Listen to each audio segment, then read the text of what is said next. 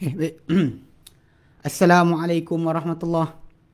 Bismillahirrahmanirrahim. Alhamdulillahi rabbil alamin. Nahmaduhu wa nasta'inuhu wa nastaghfiruh. Wa na'udzu billahi min syururi anfusina wa min sayyiati a'malina. Man yahdihillahu fala mudilla lahu wa man yudlilhu fala hadiya lahu. Asyhadu an la ilaha illallah wa asyhadu anna Muhammadan abduhu wa rasuluh. Allahumma salli ala Muhammad wa ala ali Muhammad kama sallaita ala Ibrahim wa ala ali Ibrahim wa barik ala Muhammad wa ala ali Muhammad kama barakta ala Ibrahim wa ala ali Ibrahim fil alamin innaka Hamidum Majid. Rabbi shrah li sadri wa yassir li amri wa hlul 'uqdatam min lisani yafqahu qawli, amma ba'd. Alhamdulillah, kita bersyukur kepada Allah Subhanahu wa taala kembali kita berkumpul lagi.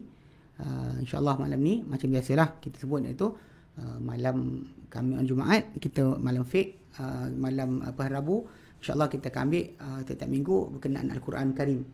Berkenaan Al-Quran Al-Karim So jadi kerana masih lagi PKP dan kita patuh dengan perintah kerajaan, bukan sebab kita dapat bayaran dari kerajaan. Okay? Bukan sebab dapat bayaran, baru ni kena amuk dengan orang. Jadi kita tak kisah pun orang nak amuk lah. Dia tak perlu, bukan kita disukai oleh orang ramai. Kamu tak suka sudah kan, bukan kita suruh paksa dia dengar pun, tapi kita jelaskanlah hukum. Apa yang menjadi hukum dalam agama kita terangkan. Yang bukan ahli duduk dan diam. Pada lain masalah bagi pandangan kita terangkan itu. Pada kes masalah garis panduan mula pandangan daripada dalam Islam, apa cara seorang tu keluarkan pandangan atau berikan pendapat. Nak keluar pandangan pendapat kena fikir banyak-banyak sebelum sebelum terus bercakap dengan perkara tersebut. Kena timbang dahulu berkenaan masalah masalah hidayah, masalah ke bidang kita ke tidak. Kalau bukan bidang kita, jangan cakap. Okey.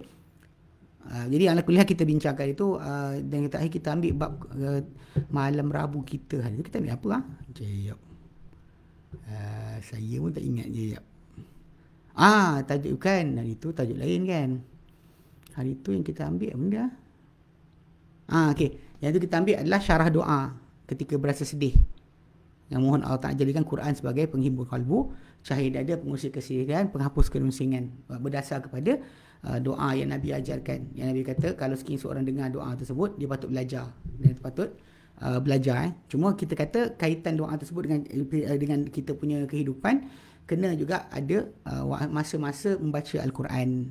Membaca Al-Quran. Bukannya kita kosongkan waktu kita tanpa membaca Al-Quran. Ini problem lah, sebab doa tu minta Quran dijadikan penghibur hati, penghilang kesedihan, terutama bagi siapa-siapa yang dalam musim COVID ni, tekanan ekonomi dan sebagainya, mungkin tak boleh bekerja ke, tak boleh kumpul harta ke, rasa tertekan, maka banyakkanlah doa berkenaan. Tapi kena ingat juga, anda kena gandingkan dengan perbuatan membaca Al-Quran secara rutin. Jadikan Quran tu rutin bacaan anda. Mana sehari berapa online nak baca ke, atau sehari berapa kali, berapa banyak nak khatam Quran sebulan berapa kali ke, kena ada kita punya rutin. Sebab doa hari tu yang kita bincang tu mesti berkait rapat dengan masalah Quran tu dibaca oleh kita. Kalau tak baca dia tak ada guna. Okey. Ala kuliah, jadi kita malam ni kita ambil tajuk lain. Tajuk kita pada malam ni adalah Al-Quran Hidayah Sepanjang Zaman. Okay, bagaimana kita mendapatkan hidayah daripadanya. Okay, Al-Quran Hidayah Sepanjang Zaman, daripada macam mana kita mendapatkan hidayah daripada Al-Quran. Okay. Kalau kita lihat, memang tajuk berkenaan Al-Quran sebagai hidayah ni memang sangat jelas kan? Disebutkan oleh Allah Ta'ala dalam Quran yang menerangkan berkenaan Al-Quran sebagai hudan, petunjuk. Memang datang ayat yang banyak menerangkan Quran sebagai petunjuk bagi kita. Okay. Dan dengan sebab itu, bila Al-Quran Karim dikatakan petunjuk, memang macam kita pernah sebut dulu ayat 38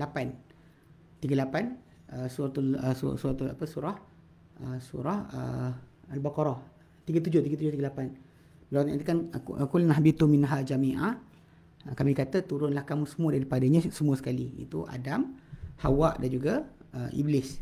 Allah Ta'ala kata fa imma ya'tiyannakum minni huda, jika datang kepadamu daripadaku sebarang petunjuk, faman tabi'a hudai, bersiapa ikut petunjukku, fala khaufun alaihim, maka tidak ketakutan ke atas mereka, wala hum yahzanun, dan mereka tak akan bersedih. Maksudnya akan nanti mana turun, tapi nanti barang akan uh, apa datang nanti pada kamu daripada petunjuk. Barang siapa ikut petunjuk tersebut, tiada ketakutan kat atas mereka dan mereka tak akan bersedih. Walladzina kafaru wa kadzabu bi ayatina. Dan orang-orang yang kufur dan mendustakan ayat-ayat kami, ulaika ashabun nar hum fiha khalidun. Mereka lah penghuni neraka, mereka dalam neraka adalah kekal. So basically ayat 37 suratul Baqarah, Allah Subhanahu wa taala suruh kita 38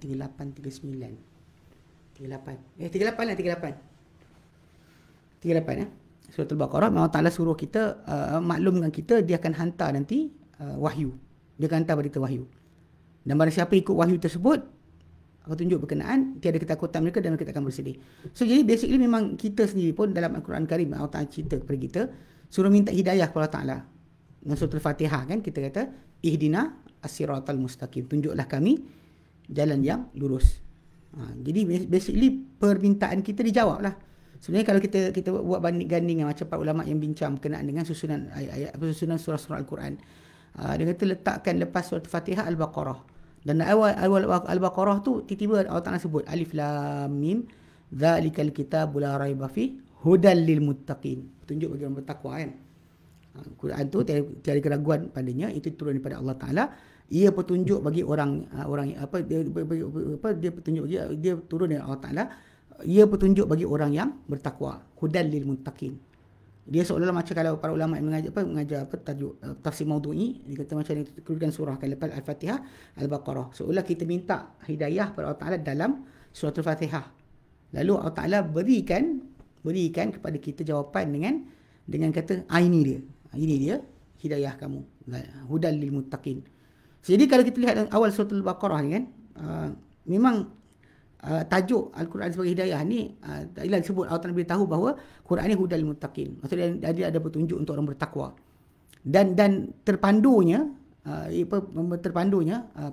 atau panduannya yang ada bagi apa yang dalamnya ada kebaikan mereka. Maksudnya Quran ni akan pandu kepada perkara membaikkan untuk mereka, untuk orang bertakwa, menyelamatkan mereka dalam masa kini, itu segera dan akan datang hari akhirat nanti. Okay. Bahkan dalam ayat dalam Al-Quran itu juga, dan surah Al-Baqarah juga ayat 185 kami Allah ceritakan syahr Ramadan alladhi unzila fihi al-Quran hudan linnas. Bulan Ramadan yang mana turun darinya Al-Quran, petunjuk untuk seluruh manusia. Okey, dalam surah Al-Baqarah ayat yang kedua tu sebut petunjuk orang bertakwa. Dalam ayat 185 Allah sebut ia petunjuk untuk seluruh manusia. Okey. Kalau kita lihat pada ni, pasal kita nak kita kata Quran sebagai petunjuk. So kita kena faham petunjuk Al-Quran ni ikut dalam Quran sendiri sebenarnya ada dua bentuk sebenarnya. Dia ada dua sudut. Dua bentuk. Sebab kalau kita baca ayat 2 surah Al-Baqarah, orang kata hudal lil muttaqin. Okey. Tapi bila Allah Ta'ala buka beritahu kepada kita tajuk yang sama tentang Quran juga, pada ayat 185 dalam kisah puasa, Allah kata hudan linnas. Hudan linnas. So kejap Allah Ta'ala kata petunjuk untuk takwa, jadi Allah Ta'ala kata ia sebagai petunjuk sekalian manusia. Jadi zahir ada dua ayat ni kalau kita perhatikan bahawa hidayah Quran ni khas untuk orang bertakwa semata-mata.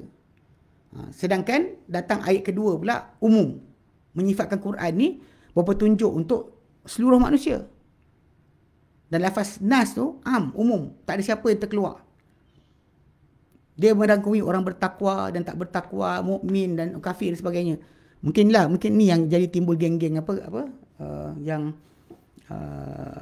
pluralisme agama yang tak nak ikut perintah Nabi SAW, tapi dia nak dakwa dia ikut Nabi. Lalu dia kata bahawa Quran ni petunjuk untuk semua manusia. Jadi banyak orang cakap macam itulah. Mana Quran bukan milik orang Islam je, dia kata. Dia kata semua dia pun ada hak juga untuk mengkaji. Semua orang mengaku dia ada hak. Bukan agama milik ustaz, dia kata. Milik semua orang. Saya setuju, betul. Memang agama bukan milik semua, milik ustaz. Agama untuk semua orang. Tapi dengar sini. Hidayah Quran ni dalam dua ayat kita baca tadi, sekejap Allah Ta'ala kata petunjuk untuk bertakwa saja. Sekejap lagi Allah Ta'ala kata petunjuk semua manusia. Soalan ini ada exclusivity, sini ada keumuman, umum, semua dapat. Okey.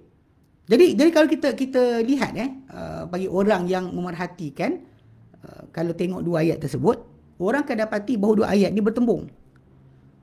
Dia sama ada hudan linnas atau hudan lil muttaqin kan. Dia hudan lil muttaqin satu ayat. Saya pastekan supaya faham sikit. Kadang-kadang tak tunjukkan, tak nampak. Okey, satu hudan lil muttaqin. Yang tak letakkan. Kemudian satu lagi tempat ayat 108. Itu ayat kedua Itu ayat kedua surah Al-Baqarah. Yang kedua, yang satu lagi 185. 185. Allah Ta'ala kata hudan linnas. Yang second one ni Allah Ta'ala kata hudan linnas. Kalau kita faham dua ayat ni, dia ada beza. Satu petunjuk untuk bertakwa, maksud orang bertakwa aja dapat hidayah. Tapi satu lagi, dia datang, dia bawa kepada kita pengertian petunjuk untuk seluruh manusia. Yang ayat pertama tu ayat nombor 2, ayat yang bawah tu ayat 185. Ni kena faham sikit. Pasal kita belajar nakkan bawa pada arah tafsir lah, sebab kita sebenarnya memang nak belajar tafsir pun. Ingat kita seronok ke kena PKP ni. Kita pun boring sebenarnya nak komputer. Ngantuk pun ada, serius ngantuk. Dia kalau duduk depan-depan payah sikit, lepas tu malaikat doakan kita. Siapa nak kita tersekat? Cuma kita ada adab dengan pemerintah. Kita ada adab seperti ahli sunnah wal jamaah yang para sahabat tunjukkan. Orang yang tak ada adab, dia buatlah apa dia nak. Yang kita ada adab. Adab kita dengan pemerintah, adab kita dengan ulama kita ada. Orang yang tak ada beradab ni, bila kena bantai kat dia koyak kan. Kena bantai koyak. Bila kena bantai orang sedap je. Ni jaga sikit. Okey. Jadi dua ayat tu. Hudal lil muttaqin, hudal linnas. Jadi kalau orang yang pandang dua ayat tadi, dia nampak pertentangan. Nampak macam pertentangan. Sebab satu sudut kata Quran petunjuk untuk orang bertakwa. Satu lagi petunjuk kata Quran ni petunjuk untuk orang semua manusia. So, jadi bila kita bincang dua ayat tersebut, bagi orang yang tak belajar tafsir, orang yang tak belajar tentang tafsir atau usul tafsir, dia akan lagakan dua ayat tadi. Okey, dia akan lagakan dua ayat tadi dengan alasan dia kata tengok kejap macam ni. Tapi sebenarnya ada cara himpunan bagi dua tersebut. Dua perkara tersebut. Macam diperkatakan oleh para ulama yang dikatakan bahawa Quran punya hidayah. Hanya dua. Quran ada hidayah tapi dua sudut. Dua sudut. Sebab satu sudut yang untuk bertakwa tu satu sudut. Satu lagi hidayah untuk manusia seluruhnya pun satu sudut lain. Okey. Dia kata hidayah Al-Quran ni sebenarnya ada dua. Hidayah Quran ada dua. Hidayah yang pertama adalah hidayah dalalah, petunjuk. Petunjuk dan juga irsyad. Panduan. Petunjuk dan panduan. Hidayah. Hidayah, petunjuk dan juga panduan. Okay. Maksud dia datang sebagai untuk macam signboard. Signboard kita pergi jalan raya kan. Nampak signboard 500 meter tol, sekian-sekian ada simpang, sekian-sekian ada sekian. Itu petunjuk petunjuk arah. Laluan dan sebagainya. Yang panggil sebagai petunjuk, hidayah petunjuk. Yang untuk bagi tahu ini salah, ini betul. Kan? Dan ini dia adalah yang mampu ke atasnya para rasul dan pengikut rasul. Siapa yang yang menyampaikan agama Allah Taala, rasul, dan juga orang mengikut jejak para rasul alaihi wasallam. Dan para rasul mewariskan ilmu. Dia tak wariskan kebodohan. Dia wariskan ilmu. Mana ilmu agama ni diwariskan. Sebab tu dicari ilmu tu daripada tempatnya. Bukan cari daripada sumber konspirasi. Cari daripada sumber agama. Buka kitab fake. Buka kitab fake. Bukannya buka buku berkenaan dengan ekonomi dan sebagainya. Atau teritori. Macam dulu siapa tak? Ada siapa nama dia? Yang dia punya, dia sekretari kepada Amerika Syarikat. Dia ada karang satu buku, White House Years. Hari-hari ketika di White House. Dia apa tak nama dia? Saya ada buku tu, sekejap saya ingat. Tembal Nuha. Tapi buku-buku tu itu bukan panduan kita. Kita Al-Quran ni panduan kita. So ala kulli hal, first sudut panduan Al-Quran adalah Al-Quran ini Petunjuk dan juga dia sebagai apa? Sebagai apa? Panduan dan juga bimbingan. Panduan dan bimbingan yang mampu untuknya seorang rasul dan pengikut-pengikut rasul. Siapa jadi pembantu para rasul alaihi wasallam, macam Nabi kata, inna ma'syar anbiya, kan? Al ulama warasatul anbiya. Para ulama adalah pewaris Nabi. Wa innal anbiya la yurisu dinar wal dirham. Dan para anbiya tidak wariskan dinar atau dirham. Wa yurisu hadzal ilm, tapi dia mewariskan akan ilmu ini. Faman akhadha biha hadin wafir. Siapa mengambil dengan dengan habuan ni, maka telah mengambil dengan habuan yang sangat besar. So, maksud dia pertama sekali memang ia tinggalkan oleh para rasul alaihi wasallam kepada kita, para nabi, adalah ilmu agama ni. Agama ni continuity dia, penerusan dia adalah dengan kita belajar. Bukan kita tak datang kelas, kan, dan jalan-jalan sibuk bising-bising, lepas tu isap rokok, lepas tu rokok kat tangan tak hilang lagi, tapi sibuk nak bincang berkenaan dengan solat dekat masjid, mana sah mana tak sah. Tangan rokok tu buang dulu. Awak tak layak bercakap. Buang pokok kat tangan dulu. Vape ke apa dan sebagainya. Macam mana boleh dalam keadaan mengisap apa benda-benda jajaan orang kafir, tiba-tiba awak pergi sibuk nak kata ini halal ini haram. Tangan tak buang rokok lagi. Okey, sebab tu para rasul, para anbiya, pengikut-pengikut para rasul, para anbiya, dia ada guideline dia. Okay, kerja menyampaikan, kita tegur orang, kita bagi tahu ini salah, ini betul. Ini hidayah yang pertama. Itu hidayah panduan dan petunjuk. Panduan dan petunjuk, bimbingan, ya. Dan dia itu maksud yang Allah Taala nyatakan dalam Quran dalam surah Ar-Ra'd ayat ke-7. Walikulli qaumin had. Untuk setiap kaum ada pemberi hidayah.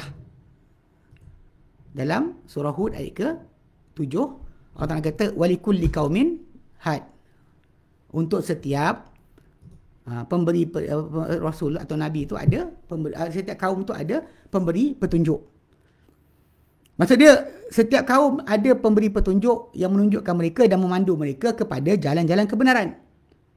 Okay? Dan ini adalah bab yang Allah Ta'ala firmankan dalam Quran.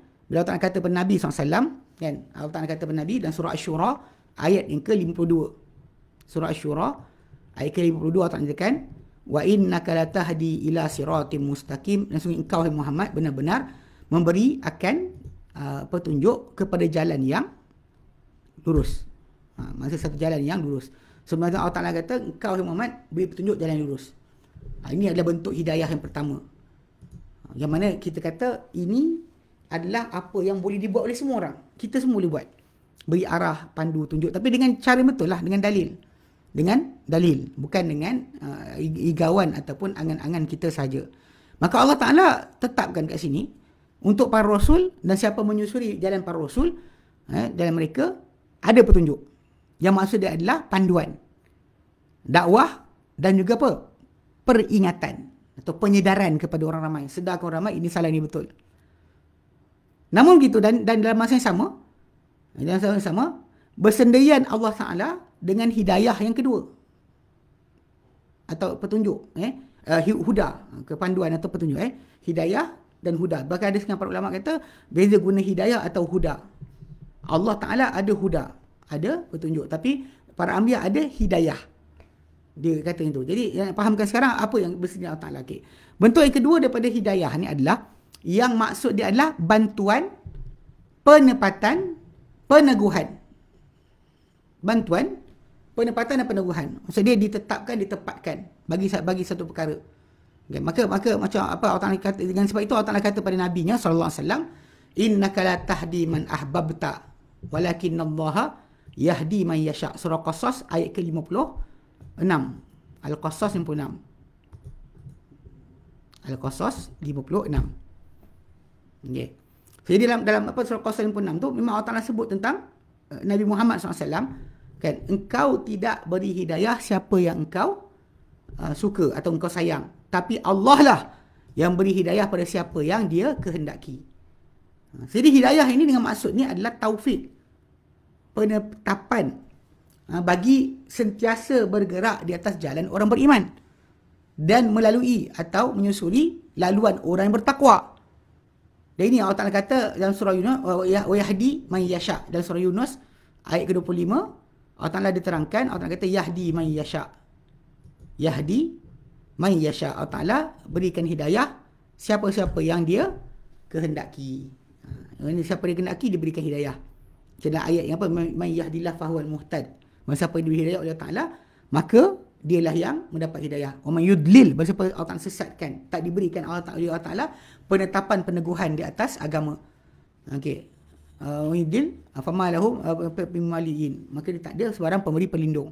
So memang Allah Ta'ala jadi pecahkan tajuk dia ni, kalau kita pandu orang, bawa orang kepada kebaikan, ini hanya kita pandu saja, tunjukkan dia ini betul, ini salah. Untuk dia ikut, tak tahu lagi dia ikut ke tidak. Tapi dalam masa sama, kalau sekiranya kita bawa dia, heret dia masuk dalam kereta, hantar ke tempat yang dia nak pergi, dia celah, katakan kita sesat. Nak fahamkan hidayah irsyad atau hidayah taufik ni. Hidayah irsyad yang kita ada, kita kawan-kawan kita, ustaz dan sebagainya, alim ulama, guru-guru yang ada, dia cuma boleh berikan bimbingan dan juga panduan. Orang ikut ke tidak, tak boleh. Dia macam ni, macam kita kata, kita pergi satu tempat, kita sesat jalan, kita berjumpa orang, kita kata, bang, saya tak nampaklah jalan tempat saya sekian, saya tak tahu tempat kat mana, boleh tunjuk saya? Oh, kan tu boleh, nampak lorong depan tu, awak pergi sana sampai depan sikit, awak kona kiri, lepas tu kedua kona kanan, tempat awak nak pergi tu ada 5 meter ke dari tempat berkenan. Dia cakap macam tu kan. So orang ni dengar panduan, maka ikut jalan. Okey. Yang ini kan, bila panduan tu diberikan oleh orang tu, mungkin kita dengar, kita mungkin kata kanan, kita pergi kiri. Kawan tu kata tadi kaki kanan, kita pergi kiri. Atau kawan tu kata ke depan lagi, kita ke belakang, kita dah berhenti dah. Okey, basically kalau dalam kisah tersebut, okay, yang dibuat oleh tindakan dibuat oleh orang mandu kita dengan tunjuk ajar, itulah yang dibuat oleh para anbiya. Dia tak diubah hati manusia.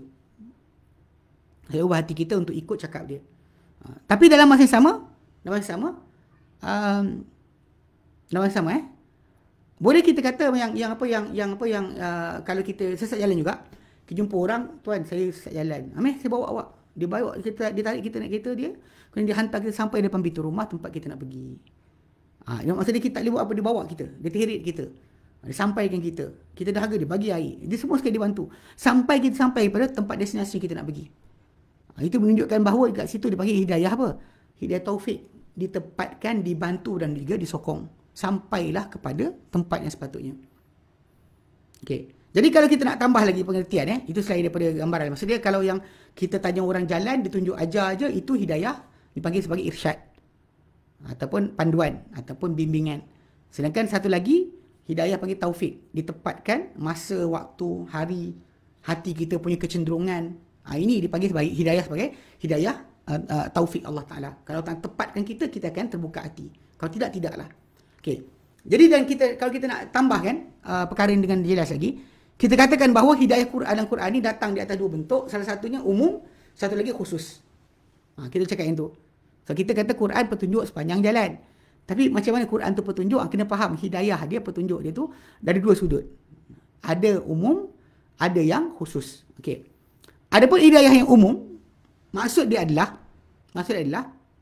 menjelaskan laluan atau jalan dan juga kebenaran, jalan kebenaran dan juga jalan petunjuk, serta menerangkan akan hal tuju dan juga ketetapan. Orang bagi tahu je, cakap je, ini sini buat macam ni, cakap dengan orang. Kita terangkan saja. Jadi macam ni lah, dengan sebab dia kata macam dengan pengertian yang sama je, berlaku bila orang sebut wa amma samuda fahadainahum. Adapun Samud, surah Fussilat, kami telah beri hidayah pada mereka. Ini ada dalam Al-Quran Karim. Kalau orang tu salah faham juga, dia tak tahu. Allah tak kata bagi hidayah, dia kata tapi sesat juga. Dengar, mana Allah dah pandu mereka, dah berikan mereka hujah-hujah, berikan mereka keterangan. Maka kalau kita lihat daripada kaum-kaum yang sesat, antara yang paling kuat hujah berlaku ke atas mereka adalah kaum Samud. Itu Nabi Saleh. Yang mana Nabi Saleh AS, Allah Ta'ala berikan dia mukjizat. Dari batu yang tak bernyawa, Nabi Saleh belah, keluar unta bunting. Dan unta tu beranak, lepas tu anak lepas tu, kemudian unta tu berada depan mata mereka. Diorang tengok sendiri macam mana unta tu keluar depan mata mereka. Daripada batu tak bernyawa, keluar unta yang bernyawa. Itu kita kata, kalau kata yukhrijul hayya minal mayyiti, Yang Allah Ta'ala keluarkan daripada yang hidup daripada yang mati. Dengan jelas-jelas. Walaupun ada para ulama kata kuku kita, rambut kita. Kan? Ini kan keluar. Mati. Sebab kita cubit. Tak rasa apa. Tapi ketika keluar tu, dia keluar daripada yang hidup. Okay. So basically kadang-kadang ada orang sangka, yalah, tapi yang dalam kisah tersebut memang betul-betul. Jelas-jelas. Terang-terangan Allah SWT keluarkan daripada batu yang tak bernyawa, unta yang bernyawa. Bunting pula tu. Ini nak fahamkan. Jadi Samud ni boleh Allah Ta'ala kata wa amma samuda fahadainahum, kami telah beri hidayah pada mereka. Kami telah pandu mereka. Makna dia adalah kami jelas untuk mereka jalan kebenaran berbanding yang kesesatan. Kami terang untuk mereka jalan petunjuk daripada jalan kerosakan. Okay. Tambahan pula, namun gitu mereka melebihkan yang kedua ke atas yang pertama. Maksudnya nak kerosakan, nakkan kesesatan. Jadi maksudnya kat sini bila kita sebut hidayah yang bersifat yang pertama Quran ni, itu hidayah irsyad dipanggil. Hidayah ni ada pilihan. Ada apa sini ada urusan pilihan. Yang mana diletakkan di hadapan seorang hamba tu pilihan untuk pilih ke kanan atau kiri. Daripada hidayah yang diletakkan, panduan ditunjukkan nak pergi kanan ke kiri. Dia boleh pilih sendiri. Dan dalil untuk mereka ada pilihan tersebut adalah Allah Ta'ala sebutkan. Okey, pasal sambungan ayat tersebut, kan, wa amma samuda fahadainahum fastahabbul ama 'alal huda. Maka mereka cintakan, melebihkan atau mengutamakan kebutaan ke atas petunjuk. Kami dah bagi petunjuk. Tapi mereka nak buta juga walaupun petunjuk dah diberikan. Itu maksud yang dikatakan dalam ayat tersebut. So hidayah ini faham betul sebab kita nak dapatkan hidayah. Okay. Jadi mereka nakkan jalan kesesatan mengatasi jalan panduan. Macam juga Allah sebut dalam surah Al-Balad, wa hadainahun najdain. Dan kami beri hidayah pada insan manusia ni. Insan ni najdain, dua laluan. Ini laluan apa? Laluan kebaikan dan juga keburukan. Laluan kebaikan dan keburukan. Allah Ta'ala maksudnya hidayah, ilhamkan. Dua-dua Allah Ta'ala petunjuk untuk mereka. Maksudnya kami terangkan jalan baik dan buruk. Jelaskan jalan baik dan buruk. Allah Ta'ala tunjukkan dua-dua sekali jalan. Okey, jadi hidayah bentuk itu dipanggil hidayah yang umum. Hidayah umum. Okey. Adapun hidayah yang khusus pula. Yang khusus pula. Macam kita sebutkan, kita nak fahamkan ayat hudan lil muttaqin. Petunjuk untuk orang bertakwa. Maksud kat mana duduk dia? Okey, ada pun petunjuk yang khas ni pula. Fahiya tafaddulu min Allah. Dia adalah kesudian daripada Allah Taala. Kesudian dari Allah Subhanahu Taala ke atas hamba. Ke atas hamba tadi dengan penepatannya kepada mentaati diri Allah Taala sendiri. Mana Allah Taala taufikkan dia lahir dan keluarga yang baik, lahir dan negeri yang baik, lahir pada zaman yang elok, dan lahir pada dapat kawan yang elok, dapat teman yang membaiki diri dia. So semua benda tu taufik, kita pilih. Dan kita lahir anak siapa kita pilih, dan kecenderungan keluarga kita nak suruh kita buat apa pun kita pilih. Kita tidak memilih perkara tersebut. Ini yang kita kata permulaan taufik tersebut yang bagi hidayah khas. Mana dia adalah kesudian daripada Allah Subhanahu Wa Taala untuk ke atas hamba dia untuk memandu hamba tersebut kepada mentaati Allah Taala. Bahkan memudahkan untuk hamba tadi menyusuri jalan keselamatan dan juga kejayaan. Keselamatan kejayaan Allah Taala bagi dia. Nak tengok buat maksiat terhalang. Mudah buat baik, mudah buat kebajikan. Senang untuk ni, bahkan hati dia pun lembut untuk kebaikan. Jadi kat sini okay, untuk maksud ini, okay, bila Allah Taala sebut dalam Quran dan surah Al-An'am, ulaikal ladzina hadallah. Mereka itulah golongan yang diberi hidayah oleh Allah.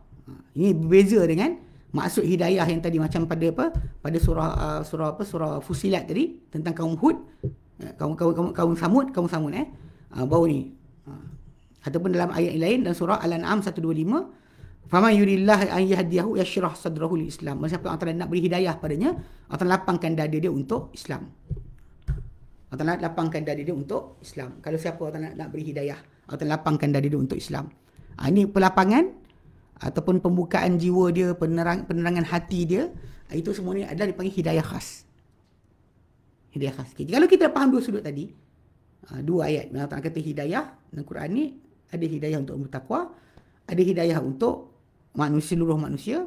Kita kena faham dua sudut tadi untuk menjadi tajuk dia. Okay, bila kita telah ketahui ini, maka taklah kesukaran untuk kita memahami apa datang daripada ayat yang mengkhususkan hidayah untuk orang bertakwa, dan apa datang tentang ayat-ayat yang hidayah umum, yang meliputi hidayah tadi untuk manusia seluruhnya. Dan dengan ini dia kata tersingkaplah kepayahan atau kesusahan untuk kita menggabungkan atau memahami dan antara firman Allah Ta'ala, innaka la tahdi man ahbabta, surah Qasas yang kita 56 kita paste tadi, surah Qasas 56, innaka la tahdi man ahbabta, sebenarnya engkau tidak memberi hidayah pada siapa yang kau suka atau sayang. Okay. Dengan ayat surah Asy-Syura ayat 52, wa innaka la tahdi ila siratim mustaqim, engkau benar-benar hai Muhammad beri hidayah kepada jalan yang lurus. Kerana hidayah ni yang ternafi daripada Nabi SAW pada ayat pertama ialah hidayah yang khusus. Maksudnya yang Nabi tak boleh buat dengan sendirinya adalah untuk menarik hati manusia. Sebab tu bila kita dalam kes ni, kita kena ingat kadang-kadang kita tengok kepada tajuk hidayah khusus ni, kerja kita yang menyampaikan agama hanyalah untuk menyampaikan sahaja. Bukan kerja kita untuk mengubah orang. Kita bukan kerja ubah orang. Kita jumpa orang, kita nasihatkan, kita kata apa yang patut dan tidak, kemudian kita tinggalkan. Masalah nak ubah hati dia untuk masuk dalam Islam, ataupun ikut kepada sunnah, atau ikut kepada ketaatan, atau ikut kepada meninggalkan bid'ah, atau meninggalkan kesyirikan sebagainya, kan? Itu bukan kerja kita. Kerja kita memberikan tunjuk ajar sahaja. Tunjuk ajar sahaja. Bukan kita mengubah manusia. Sebab manusia yang mengubah hati mereka adalah Allah Ta'ala. Muqallibal qulub adalah Allah. Sebab tu kita tak boleh nak paksa. Sebab tu kadang-kadang bila kita dengar ada orang kata kalau baca surah sekian hati lembut lah, orang dengar cakap lah, yang ni masuk Islam lah, kan? Memang ada sebab tu kata surah Toha, kan? Surah Toha. Pasal dia kata Umar bin Khattab baca, lalu rasa hati lembut dan masuk Islam. Kalau kita kata hadis kisah tu sahih sekalipun, tajuk dia adalah Al-Quran. Sebab untuk siapa dia baca Quran tiba-tiba hati dia sejuk, atau untuk siapa yang baca Quran berpuluh-puluh ayat pun tak jadi apa, itu kerja Allah Ta'ala. Bukan kerja kita untuk mengubah manusia atau menjadikan manusia ikut cakap kita. Sebab hidayah tu kena faham, ada dua. Sebab satu hidayah umum, yang maksud dia kita beri tunjuk ajar, pandu mereka, cakap ini salah, ini betul, berdasar kepada konteks Al-Quran ceritakan. Tapi dalam masa sama, untuk pandu hati dia, walau nampak kebenaran itu kebenaran. Macam 3-4 hari baru ni, bila laporan polis telah dibuat ke atas pameran artifak Nabi SAW yang dibuat secara penipuan, yang tipu sijil dan sebagainya. Yang cerita kelakarnya, yang datang-datang tu belajar Nahu, belajar Sorof, belajar bahasa Arab. Ejaan Mekah salah pun tak nampak. Ejaan Hajar Aswad salah tak nampak. Banyak ejaan semua salah. Dalam sijil tu pun masih lagi dibutakan. Ini problem. Ini adalah problem yang sangat masalah. So bila ada kawan-kawan kita, ustaz-ustaz kita, tolong clarify, buat pemastian tentang sijil itu palsu. Sijil itu palsu. Jadi kita sepatutnya bila ada orang kita, kalau orang yang panggil waras, orang dah tunjuk ini gaung. Ini jalan selamat, ni gaung. Nampak dah, ini gaung. Ini jalan mati, nampak dah sampai dah. Yang ni, tak tahu lagi. Ini jalan betul. Ini jalan gaung. Tunjukkan. Dan nampak betul, nampak dah. Jalan tu memang tak ada jalan. Tapi masih lagi degil. Tak tahu kenapa. Tapi dekat sini, pada kawan-kawan kita yang buat polis dan sebagainya, untuk siasatan dibuat, jazakumullah khairan. Allah Ta'ala balas pada kalian semua kebaikan. Kerana kalian telah buktikan kalian betul-betul bersungguh-sungguh untuk mempertahankan maruah Rasulullah SAW. Rasulullah SAW tak benarkan penipuan. Maka Nabi sebut dalam hadis Sahih Muslim, Nabi nyatakan, alaikum bisidqi, kamu semua berlaku benar. Fa inna sidqa yahdi ilal bir, kerana kebenaran itu, benar itu bawa kepada kebaikan. Wa innal birra yahdi ilal jannah, dan kebaikan itu akan bawa pada syurga. Mana wajib kamu berlaku benar. Kerana benar itu, berlaku benar itu bawa kepada kebaikan, kebaikan bawa ke syurga. Kemudian dia kata, inna wa la yazalu rajulu, betul dalam seorang lelaki itu, yasduku, berlaku benar. Wa yataharra sidqa, bersungguh-sungguh untuk berlaku benar. Kata-kata dan perbuatan dia. hatta sehinggalah yuktabu indallah, tertulis dia si Allah Ta'ala siddiq, sebagai seorang siddiq. Dan di opposite pula Nabi kata iyyakum wal kadhib, jauhilah kamu akan penipuan, pembohongan, kata-kata atau perbuatan.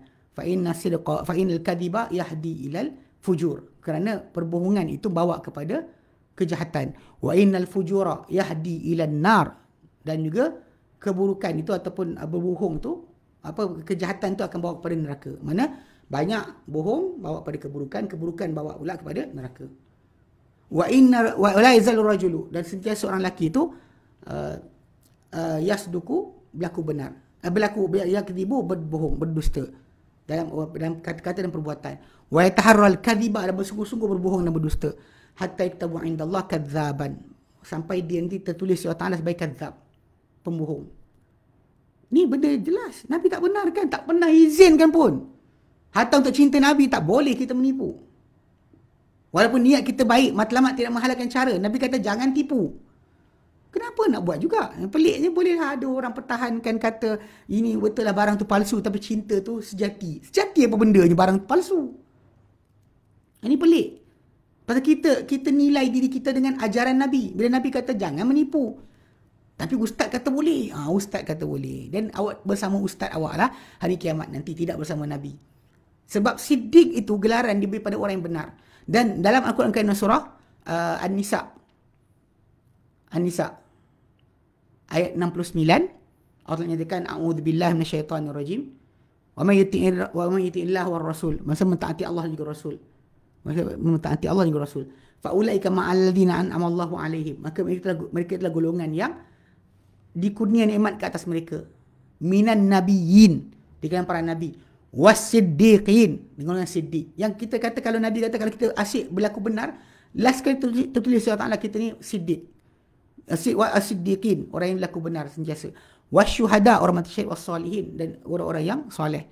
Wa hasuna ulaika rafiqa, dan mereka itu sebaik-baik teman. Mana kalau dalam ayat Quran tadi, ayat 69 surah An-Nisa tadi, hanya bersama orang benar saja kita akan bersama dengan Nabi. Jadi macam mana kita nak menipu dan bersama Nabi? Sebab kita asyik menipu dan berbohong sampai surah Ta'ala tertulis kadzab, banyak berbohong. Ini masalah ni. Jadi bila kita tengok pendedahan ustaz-ustaz kita buat, dan laporan polis dibuat sebagainya, dalam pengikut-pengikut tu nampak dah Tok Guru dia sesat, Tok Guru dia tipu, bohong, tapi masih lagi dalam hati dia tak boleh terima. Ni kat sini kita boleh tunjuk ajar, maklumkan orang, bagi tahu orang ni macam ni, orang macam ni. Macam ada satu apa yang apa ketahui tarikh lahir anda, yang konon trainer of the trainer tu. Jadi ada orang, saya tegur saudara mara saya jugalah. Saya kata kenapa ikut orang ni penipu. Dia kata tipu apa? Saya tunjukkanlah sijil dia tipu, sijil sebagainya. Soalan berbunyi, itu je ke salah dia? Itu je ke salah dia? Saya tak faham. Saya tak boleh nak calculate. Macam mana orang tu boleh duduk dengan orang yang menipu credential dia, tipu sijil, tipu sekian, mengaku benda bukan milik dia, mengaku benda yang tak buat sebagai dia buat. Tiba-tiba kita jadikan orang tu idola kita. Sebab kononnya bila ikut dia jutawan. Orang nak pergi mana? Umur kita dah lanjut dah. Dah 40-an, 50-an naik dah umur. Tak lama dah pun. Kalau sebagi awak sejuta pun hari ni kan, 50 tahun. Awak boleh pakai duit sejuta tadi setakat beberapa hari je. Beberapa hari je boleh pakai. Tapi lah kerana kita ada keinsafan, kita lihat banyak orang tak faham. Sebab kita boleh tunjuk ajar. Kita boleh bagi tahu macam para anbiya buat. Tapi tak boleh kita nak paksa. Pasal Nabi sendiri SAW tidak boleh nak tunjukkan dah. Dia bagi tahu dah sekian-sekian. Dia tunjukkan tapi tak boleh nak ikut. Itu maksud dia orang tersebut tak dapat hidayah nombor 2. Hidayah pertama, Nabi tunjukkan. Tunjukkan ini, tunjukkan itu. Hidayah umum. Tapi untuk hati dia ikut kepada kebenaran tu, macam saya pergi tengok, siapa yang rajin pergi tengok dekat sekolah apa, Madrasah Ribat Tarim tu punya ni, atau Ustaz Fasan punya Facebook. Tengok bawah tu punya komen. Dah terang-terang tipu pun masih lagi ada orang tak ni. Sampaikan tenggelam sabda Nabi SAW. Saya pis saya tegur orang tadi sebenarnya. Ada tegur. Dari mara juga dalam kerja. Saya tegur pasal apa? Benda ni pelik kan. Macam mana orang tu boleh hilang timbangan kebenaran tu, tak ada lah. Dia rasakan kalau dia tipu ke tak sekian ke, yang penting benda jadi. Asalkan benda jadi tak apa. Jadi saya paste tadi tajuk tu. Itu yang apa hadis tu yang Sahih Muslim. Hadis nombor 2607. Pelik kan? Nabi sendiri kata tak boleh berbohong. Nabi larang menipu. Tiba-tiba ada orang menipu dan kita kata tak apalah asalkan boleh timbulkan cinta Nabi. Macam mana? Saya tak faham. Sebab kalau asyik menipu dia akan keluar sebagai apa tau? Kadzab. Ikut hadis Nabi tu kita akan ditelan di sisi Allah Ta'ala kadzab. Dan dia opposite kepada orang yang sentiasa benar. Yang digelar sebagai siddiq. Macam mana kita nak duduk bersama Nabi kalau kita tak siddiq? Asyik menipu. Kenapa ni? Saya sampai tak boleh nak fikir. Saya macam tak boleh nak brain. Asli kata. Tak boleh nak brain kata. Tak boleh kita nak faham. Tapi bila kita baca malam ni, kita baca ayat Al-Quran. Kita baca berkenaan dengan masalah hidayah taufik, hidayah irsyad. Hidayah yang penempatan Allah Ta'ala pilih hati orang tu. Allah Ta'ala luruskan hati dia, pandu dia kepada kebenaran. Itu yang Allah Ta'ala dah berikan kebaikan. Sedangkan satu lagi pihak yang Allah Ta'ala tak bagi hati dia sebarang kebaikan, maka last kali tak tahu dia buat apa. Lama tak datang apa cerita. Hilang Abang Yasir kita. dia kena ni sikit Allah Akbar. Lama tak nampak dia. Tak boleh nak beri. Saya tak faham. Tapi bila kita belajar Al-Quran ni, dekat sini lah kita kena jaga-jaga. Sebab apa? Sebab Allah Ta'ala muqallibal qulub. Dia bolak-balikkan hati. Kita mungkin dapat petunjuk yang benar, terang depan kita, hitam itu hitam, putih itu putih. Tapi kalau Allah Ta'ala tak jadikan hati kita nak ikut kebenaran, kebenaran itu tidak akan sampai kepada perbuatan kita. Ini kita takut. Sebab tu hidayah kan. Kita minta Allah Ta'ala hidayah setiap hari. Minta Allah Ta'ala supaya pandu kita. Jangan jadikan kita sesat. Jangan jadi maghdubi alaihim. Jangan jadi dhalin. Nak jadi yang bersama dengan golongan yang diberi nikmat ke atas mereka. Yang Allah Ta'ala terangkan dalam golongan diberi nikmat itu adalah surah An-Nisa 69. So kalau kita pernah faham, ketakutan tu kena ada. Sebab hati kita ni kita tak kawal. Allah yang kawal ke hati kita. Kita boleh bila-bila masa saya bertukar. Daripada seorang yang mencintai sunnah, boleh jadi seorang yang mungkin menipu atas nama Rasulullah SAW. Orang yang kononnya sayang Rasulullah, tapi bohong atas nama Rasulullah. Benda tu boleh berlaku. Bukan kemustahilan. Sebab balik pada asal, hidayah Allah Ta'ala tadi pecah dua. Masa Quran bawa datang, ada pecah dua. Satu hidayah taufik, satu hidayah irsyad. Yang kita boleh pegang ni hanya irsyad saja. Pandu arah, tunjuk dekat orang, bagi tahu kebenaran, bagi tahu hadis Nabi, bagi tahu Al-Quran, bagi tahu Imam Syafi'i kata apa, bagi tahu, semua bagi tahu. Kita bagi tahu semua sekali. Macam ada lah. Nanti saya malas tulis sebenarnya. Ada semua ustaz tu.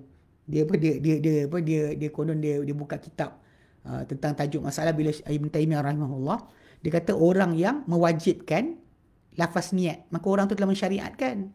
Pada syariat Allah Ta'ala benda tak boleh disyariatkan. Benda sunat. Tak apa, cakap sunat lah. Kalau nak mustahab ke lantak kan. Tapi bila kata wajib, maka orang tu telah mensyariatkan benda tak ada dalam agama. Dan benda ni adalah kekufuran. So dinasihatkan dia, disuruh bertaubat. Kalau tak nak bertaubat dan memang nak syariatkan juga benda tak wajib, maka dia telah kafir lah. Takkan tak faham lagi kot. Jadi beza kat situ. Pembezaan dia adalah masalah ijtihad tu, dia bukan dia ada hak. Bahkan ni kesilapan berlaku. Imam Nawawi ada terangkan. Nanti kalau rajin saya tulis sikit. Pasal berkenaan masalah lafaz niat. Bila orang kata Taimiyah ni, lafaz niat pun kena pancung.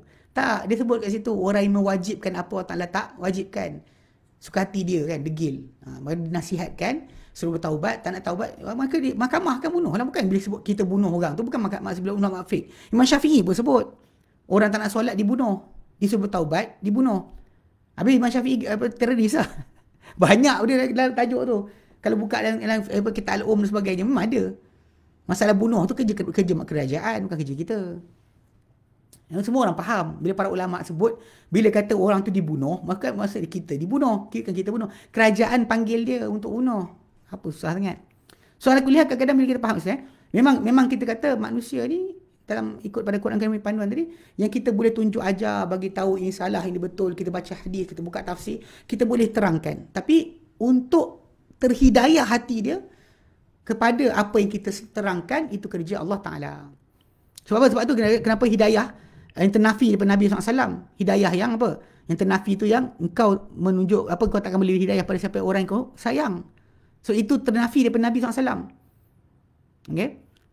Pada sudut pada ayat pertama tu, maksud dia adalah hidayah khas. Kerana taufik hanya di tangan Allah Ta'ala.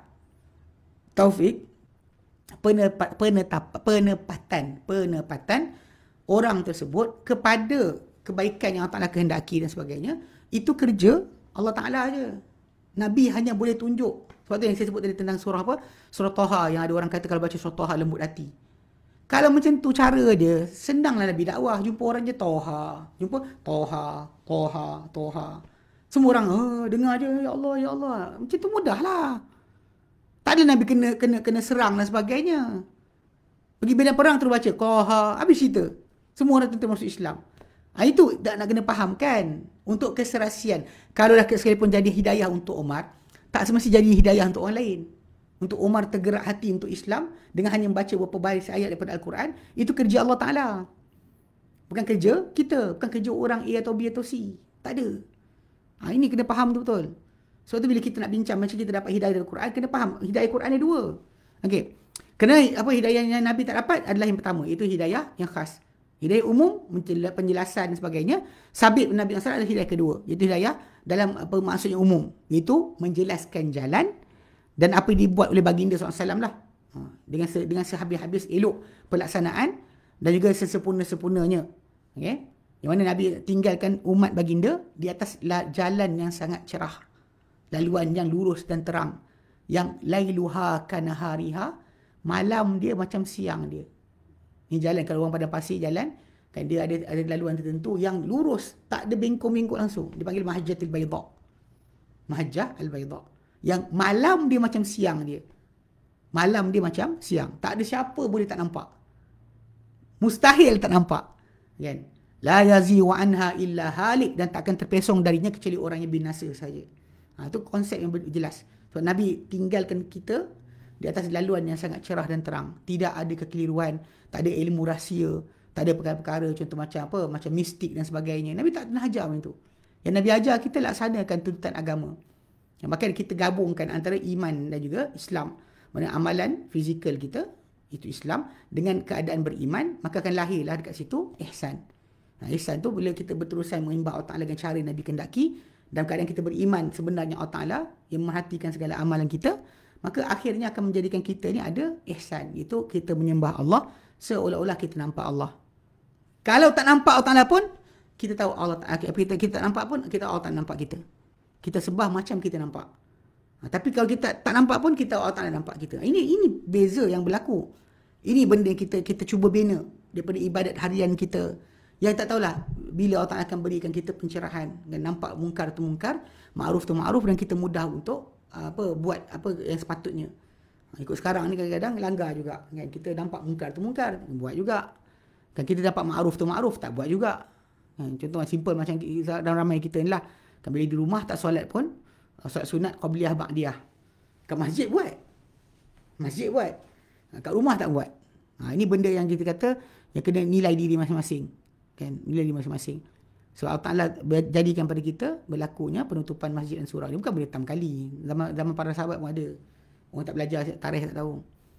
Cuma kita kata dari segi masalah tadi, bila kita jadi macam ni, kerja kita adalah ikut panduan agama. Bukan ikut panduan teori konspirasi sebagainya.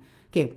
Jadi memang okey, dan apa dekat sini ahli tafsir pun ada separuh tu dia bawakan laluan lain pada nak fahamkan hudalil muttaqin dan hudalin nas.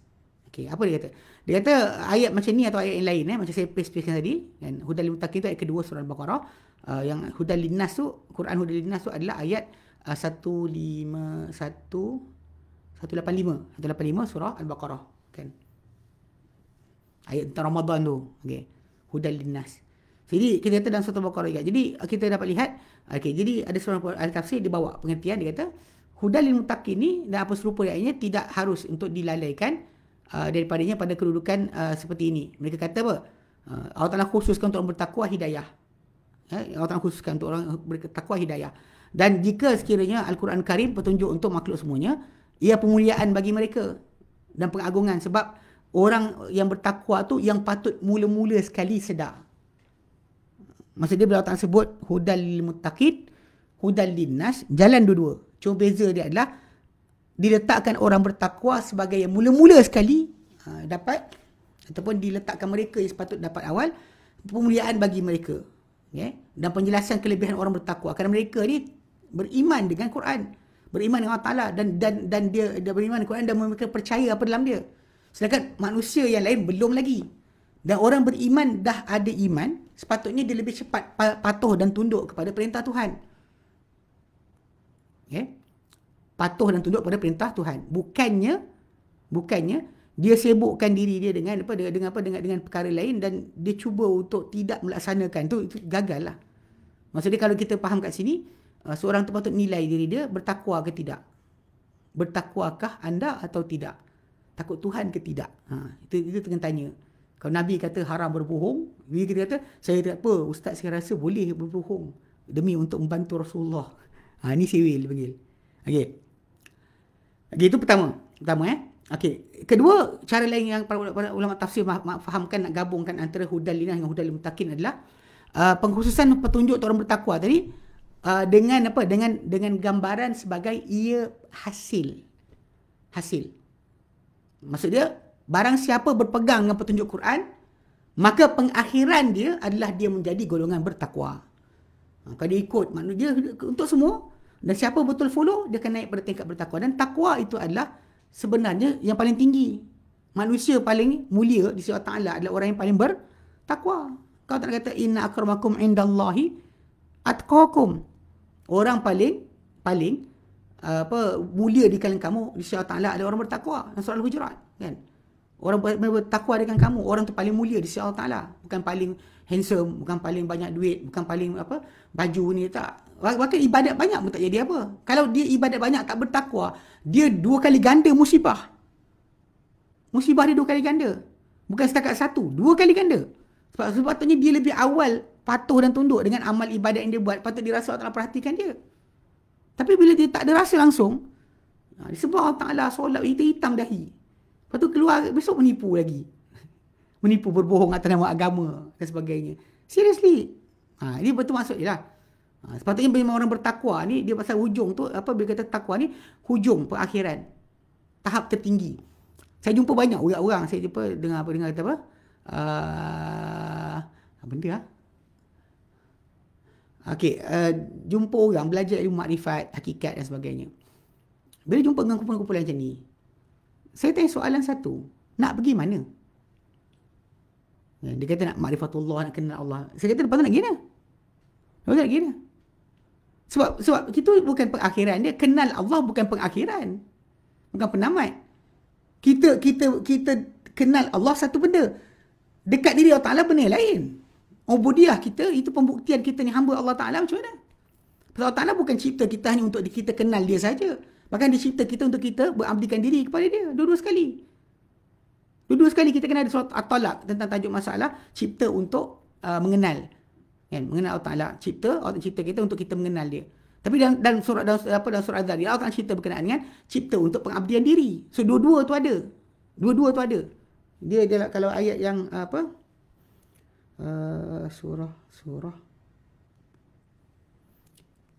ABPH, apa tu? Apa benda lah, benda khurafat, dongeng macam tu pun boleh bincang kat dalam kelas agama. Benda mungkar tak payah bincang. Kita tahu benda tu mungkar. Sewil boleh bincang. Sekejap. Okey. Surah At-Talaq ayat yang ke li ta'lamu. Surah At-Talaq ayat yang ke-12. Itu 12 yang datang menerangkan berkenaan masalah Allah Ta'ala cipta kita untuk kita kenal dia. Okay. Kemudian ayat ayat berikutnya surah Az-Zariyat ayat 56.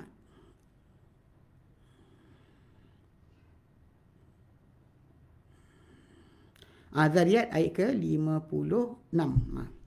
Surah At-Talaq 12, Az-Zariyat 56. So kalau kita baca ayat surah At-Talaq 12, kita faham dari satu sudut. Itu berkenaan masalah kita ni dicipta untuk kenal Allah Ta'ala. Tapi satu lagi, lepas kenal nak buat apa? Kita patut lepas kenal, kita kena pergi pula kepada pengabdian diri. Ubudiyah. Kalau tak ada pengabdian diri, dan buat apa benda nak kenal saja. Kenal Allah Ta'ala betul apa? Tenung diri seorang-seorang. Seronok. Sebab tu, kes takwa tadi, dia adalah peringkat tertinggi yang dikejar. Manusia ni bukan kes kenal Allah Ta'ala dan sebagainya. Buat apa benda? Kalau tajuk soalan ni, kalau orang kata iblis lagi kenal, saya setuju. So iblis tahu dia Allah Ta'ala Tuhan dia. Tapi kalau ada statement kata iblis lagi alim tentang Quran, tu bohong. Sebab alim tak boleh guna. Iblis tidak alim. Pasal kalau dia alim, dia takut Tuhan. Sebab Allah Ta'ala kata dalam Quran Karim, Allah katakan, innama yakhshallah min ibadihil ulama. Hanya takut Allah Ta'ala dengan hambanya, itu para ulama. Siapa yang berilmu, dia akan takut Tuhan. Ilmu yang betul. Kan? Jadi iblis tak ada ilmu. Kalau dia ada ilmu, dia takkan langgar perintah Tuhan. Tapi yang penting nak fahamkan sekali, tapi masalah apa? Kenal dia. Dia kenal Allah Ta'ala. Kenal, dia tahu. Sebab tu dia tak pernah syirik kepada Allah Ta'ala, tak pernah buat benda yang mensyirikkan Allah Ta'ala. Dia nak minta panjang umur, minta pada Allah. Kawan-kawan kita kadang separuh tu ambil. Dia ambil apa? Dia ambil buntat ular lah, kayu kokak lah, kan? Kapal Nabi Nuh punya kayu lah, apa lagi? Tulang duyung lah. Dia ambil untuk kononnya mendapatkan kefaedah. Iblis tak pernah guna benda macam tu. Iblis nak panjang umur, Rabbi, fa'anzirni ila yaumi yub'atsun. Dia minta Allah Ta'ala panjangkan umur dia. Minta pada Allah. Tapi orang yang serban tingkat dan sebagainya jual barang. Ini pakai ini, tak pun musibah, pakai kaki Yaman, tak kena sekian. Apa hal? Ini masalah kena jaga sikit lah. Jadi banyak orang tak faham bab ni. So kita kata peringkat terakhir kita nak sampai adalah takwa. Dan bila takwa tidak ada, apa guna ibadat awak buat? Okay, kemudian yang ketiga, para ulama tafsir kata, pengkhususan orang bertakwa dengan hidayah ni, kerana mereka lah yang berdapat petunjuk dengan betul-betul. Dan mendapat faedah dengan petunjuk tadi secara hakiki. Bila Al-Quran tu memberi hidayah untuk bertakwa. So siapa ada takwa, maka automatik akan berkesan pada dia. Okay. Sekalipun pengertian ayat atau petunjuk Al-Quran tadi umum. Bagi semua yang melihat, Muslim atau kafir, semua dapat nampak panduan Al-Quran. Okay. Tapi dalam masa sama, yang dapat faedah dengan apa yang Quran terangkan daripada petunjuk untuk betulkan kenal Tuhan, untuk betulkan sekian. Semua sekali yang dapat petunjuk betul-betul hanya orang bertakwa. Dan orang yang tak bertakwa, benda tu melintas dan tak ada faedah langsung ke depan dia. Itu maksud ketiga dia kata, kalau boleh nak fahamkan tentang bagaimana Quran sebagai petunjuk. So, dengan sebab tu kita kata, jadi insyaAllah nanti kita akan mula bincangkan. Nanti try cari minggu depan, kalau kita sempat, panjang umur, kita akan bincangkan insyaAllah berkenaan dengan bentuk-bentuk hidayah Al-Quran. Macam mana Quran pandu kita dan beri pada kita. Macam hari ini kita bincang Quran hidayah sepanjang zaman. Macam mana nak dapat? So kita kena faham dulu hidayah Quran ni ada dua sudut. Sudut A, sudut B. Sudut A adalah sudut yang mana khusus, umum bagi semua makhluk. Semua orang akan dapat, boleh tengok. Tapi satu lagi adalah hidayah yang bentuk khusus yang Allah Ta'ala akan tepatkan seseorang kepada kehendak dia. So jadi faham dua sudut tu, ada yang baru kita bincangkan. Yang kita akan cuba nanti insyaAllah kupas pada masa akan datang nanti, adalah berkaitan dengan hidayah yang bentuk irsyad tadi. Yang Allah Ta'ala pujuk hati kita, jangan jadi gila, jangan jadi sewil, jangan jadi terincat akal, jangan jadi orang yang yang tak beriman, jangan jadi orang yang suka menyalahkan takdir, jangan jadi orang yang agnostik atau ateis dan sebagainya. So jadi ada panduan-panduan yang Quran berikan. Sebab kalau kita lihat Quran Karim suruh dengar ini, tengok ini, pandang ini, jalan sini, dia ada bagi arahan. So kita akan cuba kupas tajuk arah tuju ataupun bentuk-bentuk hidayah Al-Quran Karim pada masa akan datang. Okey. Wallahu alam. Okey. Kita lebih panjang kan? Apa soalan tadi? Banyak-banyak orang tanya soalan bukan misal. Okey, siapa tengok pada tepi nanti saya dah pastekan ayat Quran yang dari tajuk kita bincang hari ni. Untuk boleh baca balik nanti tengok pula dekat ni. Handphone ada, canggih gila. Quran ni tak ada pun. Quran terjemahan pun tak ada. Download lah kalau siapa ada Android tu, download Quran Android. Itu download lah dia punya English punya translation ke ataupun Melayu ke, tak kisahlah. Kalau Melayu tu ada Basmeh yang sama macam Pimpinan Ar-Rahman tu. So ambil benda tersebut. Muhammad Azad, boleh ke tanya soalan luar tema ke? Tak kisahlah. Nak bincang luar tema, kita bincang tajuk lain, hari lain. Bang Yasir, bla bla bla, apa hukum APHB benda? APHB. APHB apa? ABPH? APH tu apa? APH tu apa? ABPH tu apa? Tak betul. Sultan Allah adalah bayangan Allah di muka bumi, tak betul. Bukan hadis yang sahih. Itu sebenarnya kata-kata belah Inggeris pakai. Orang apa? Gereja pun pakai itu dulu. Gereja pakai itu dulu juga. Tak ada. Bayang-bayang Allah Ta'ala kat sini, kat bumi, bukan sultan. Tapi ayat Quran, contoh macam surah An-Nisa. Surah An-Nisa ayat yang ke nombor ayat tak ingat. Wa ulil amri minkum, kan?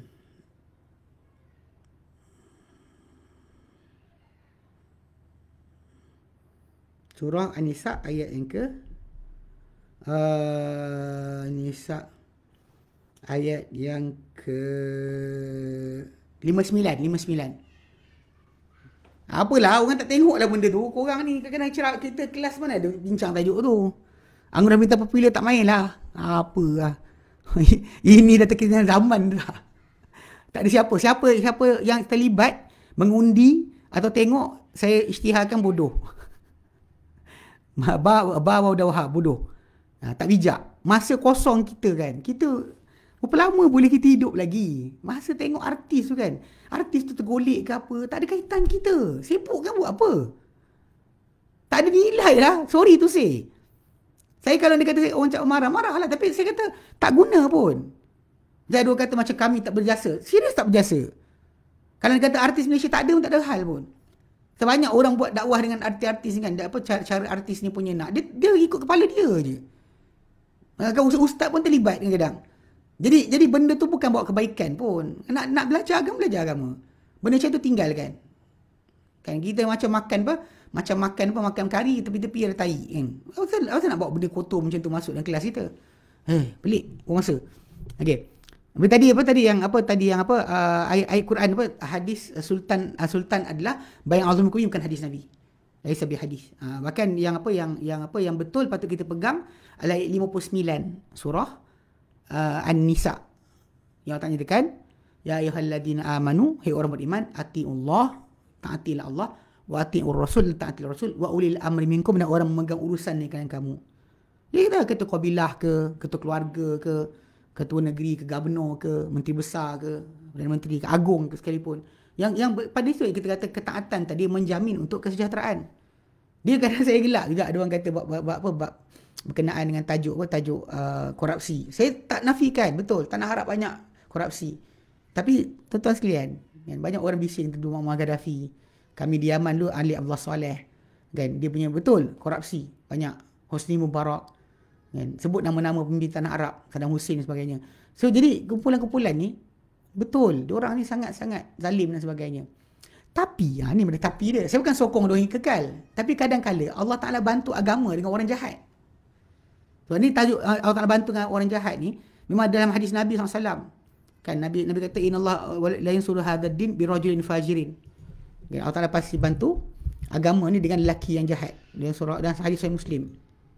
Hadis Sahih Muslim. Sebab kisah dia berlaku seorang sahabat tu dia macam ni, dia dalam peperangan.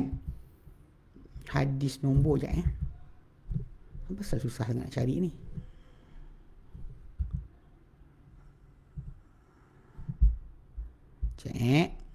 Saya nak paste kan.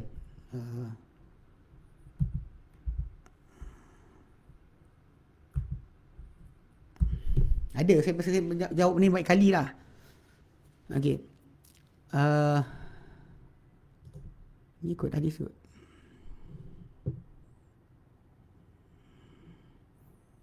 Cek.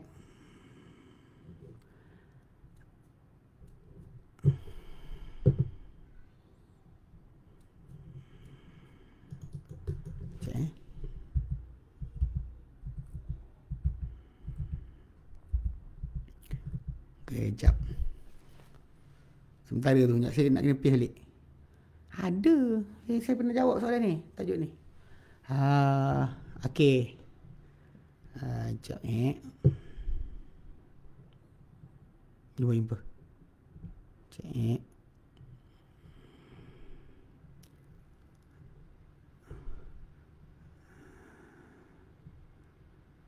Dia pasal yang baru ni lah, macam apa kita orang tengok Yaman. Betul, saya pergi Yaman tahun 98. 19. Saya pergi Sudan tahun 99. 98 bulan 2. Okay, jadi bila kita pergi sana kan, di sisi apa masyarakat, kalau kita tengok memang apa, kadang-kadang pemimpin tu jahat. Serius. Tak tipu, tak ada tipu. Okay. Tak tipu. Tapi dalam masa yang sama kan, walaupun diorang jahat, ketika diorang lah aman. Ini problem dia.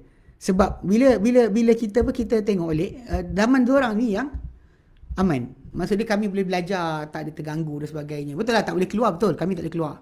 Sepanjang duduk kat Yaman tu, kami tak boleh keluar. Pasal siapa-siapa pelajar mesti ada iman. Yaman, kawan kita semua tahu cerita, tak boleh keluar. Kalau keluar tak boleh patah balik, tak boleh masuk balik. Berapa ramai kawan-kawan kami dulu,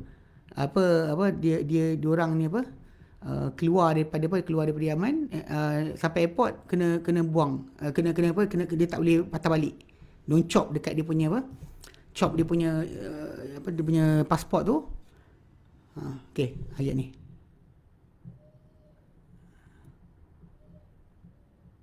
Cek.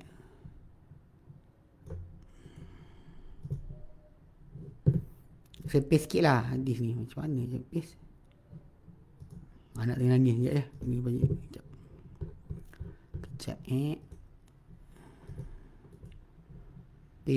Paste.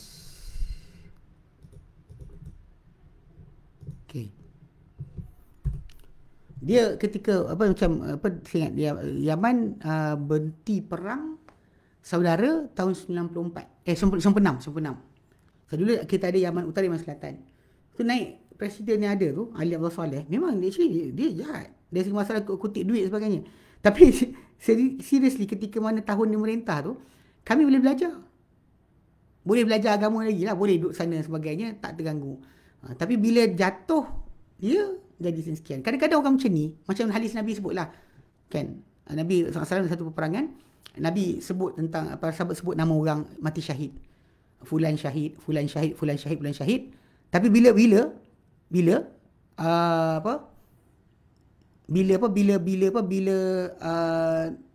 Nabi, para sahabat sebut nama seorang lelaki, Nabi kata fulan finnar, dia neraka.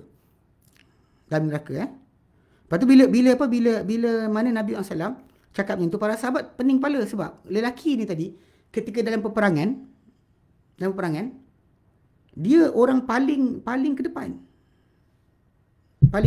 Mana entah. Saya bagi nombor. So kalau siapa nak cari hadis tu boleh jumpa balik. Sahih Muslim. Okey, hadis nombor 111. 111. Sahih Muslim. Okey, bila mana para sahabat sebut nama seorang lelaki tu, Nabi kata dia neraka. Lepas tu bila Nabi cakap macam tu, para sahabat yang lain ni pening kepala sebab dalam peperangan tadi lelaki tu paling ke depan. Paling nombor 1 duduk depan. Rempuh musuh seorang-seorang. Jadi bila dia buat macam tu, tak cukup bilion-bilion pun. Kalau yang negara je, Husni Mubarak bilion-bilion. Kalau Ali Saleh pun lebih kurang juga. Tapi nak ceritakan, masa dia lelaki ni jahat. Okay, cerita macam ni. Dalam kisah tersebut, dalam peperangan tu, lelaki ni sebenarnya dia tidak beriman. Sebenarnya, tak beriman pun. Tapi dalam peperangan, dia menyumbang untuk kemenangan tentera Islam. Lepas tu bila para sahabat sebut dia dalam syurga, dia mati syahid, Nabi kata aku nampak dia dalam neraka.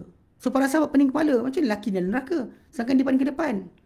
So bila orang tengah kecoh macam tu, tiba seorang lelaki angkat tangan. Dia kata, ya Rasulullah, aku saksi engkau. Lepas tu Nabi kata macam mana? Dia kata, ya Rasulullah, si fulan ni tadi aku bersama dia dalam peperangan. Dia ke depan, ke belakang, aku bersama dengan dia sepanjang peperangan. Sampai satu keadaan, badan dia terlampau banyak kena senjata, kan, luka-luka, dia tak tahan, sakit. Dia letak pedang dia ke tanah, dia letak ujung pedang dia, kan, dekat dada dia jatuhkan badan dia di atas pedang tersebut. Dan dia mati. Ketika itu Nabi bertakbir, Allahu Akbar, asyhadu an la ilaha illallah wa asyhadu anni rasulullah. Nabi kata Allah Ta'ala Maha Besar dan aku bersaksi Tuhan bukan Allah, aku bersaksi aku adalah utusan Allah Ta'ala. Dan Nabi kata pada Bilal, suruh keluar daripada kemah Nabi, pergi jerit pada orang ramai. Lafaz yang saya letak kat atas tu, yang Nabi kata apa? Ala la yadkhulul jannah illa nafsul mu'minah. Mana Bilal bin Rabah jerit dekat orang ramai dengan seruan, ketahuilah hoi semua dengar sini, takkan masuk syurga kecuali jiwa yang beriman. Takkan masuk syurga kecuali jiwa yang beriman. Kemudian wa inna Allah yansuru hadzal din birrajulil fajiri. Birrajulil fajiri. Dan Allah pasti bantu agama ni dengan lelaki yang jahat. A person can be ahli neraka, tapi Allah bantu dengan sebab dia agama Islam ni akan tersebar dan juga kuat. Itu je. Tapi dia bukan ahli syurga pun. Jasa dia tak bernilai. Basically jasa dia tak bernilai. Itu maksud sebenar. Sebab tu kadang-kadang bila orang bincang masalah ketaatan kepada Allah dan Rasul tadi, kita faham Allah Ta'ala perintahkan. Ada datang kata suruh taat kepada teori konspirasi, tak ada kan? Kalau ayat 59 surah An-Nisa tu Allah Ta'ala suruh kita taat kepada Allah, taat Rasul, taat ulil amri. Ada. Taat konspirasi tak ada. So kita nak pegang mana? Okey? Kenapa? Okey dah lewat dah ni. Dah anak dia nangis. Okey? Baik, berhenti dahulu. Nanti sambung kemudian. Ya. Ya, saya dah. Okey, mai. Okey. Mai. Wallahu a'lam. Tangan. Ya, tangan. Nanti orang nampak dah. Cakap Assalamualaikum. Cakap Assalamualaikum. Assalamualaikum. Assalamualaikum. Okey, berhenti ya. Wallahu a'lam. Wa sallallahu ala Muhammadin wa sallam alhamdulillahi alamin. Assalamualaikum warahmatullahi wabarakatuh. Nanti lain kali bincang adik. InsyaAllah tengok ada hari mana kita jumpa adik.